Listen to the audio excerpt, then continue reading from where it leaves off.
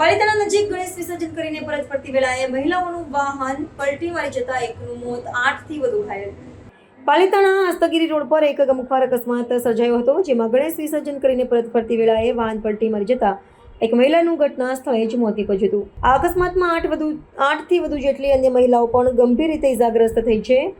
પ્રાથમિક માહિતી અનુસાર ભાવનગર જિલ્લાના પાલિતાણા તાલુકાના પીપરડી એક ગામની મહિલાઓ ગણેશ વિસર્જન કરીને પરત ફરતી વેળા હસ્તગીરીથી પાલિતાણા તરફ જતા રોડ ઉપર વાહનના ડ્રાઈવરે કોઈ કારણોસર વાહન પરનો કાબુ ગુમાવી દેતા આ ઘટના બની હતી. વાહન રોડ પર પલટી મારી ગયું હતું. અકસ્માતની જાણ થતાં જ આસપાસના લોકો અને પોલીસ ઘટના સ્થળે દોડી આવ્યા હતા.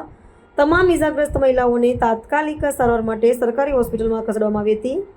આ ઘટનામાં મૃત્યુ પામેલ મહિલા પીપરડી એક ગામના હોવાની વિગત. આ દુર્ઘટનાને પગલે કોળી સમાજના આગેવાનો સહિત મોટી સંખ્યામાં લોકો હોસ્પિટલ પહોંચી ગયા હતા. પોલીસ દ્વારા સમગ્ર મામલે વધુ તપાસ હાથ ધરવામાં આવી છે.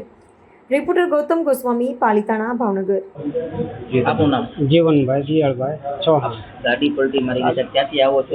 પીપળીથી પીપળી નંબર 1 થી આવી છે અને હસ્તગીરી જાળિયા ગયા હતા. ત્યાંથી એને વિશ્રામ કરીને પાછા આવતા હતા એટલે ગાડી જમમાં પલટી કાબુ ન રહી એટલે પલટી ખાઈ ગઈ. આપની ગાડીમાં કેટલા વ્યક્તિ હતા?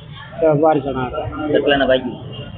તો 4-5 જણાને ખાલી ઈજા થઈ, એકને વધારે વાગ્યું. આ લોકોને મૃત્યુ કેટલા થયા? 1 જણા લેડીઝ કે લેડીઝ.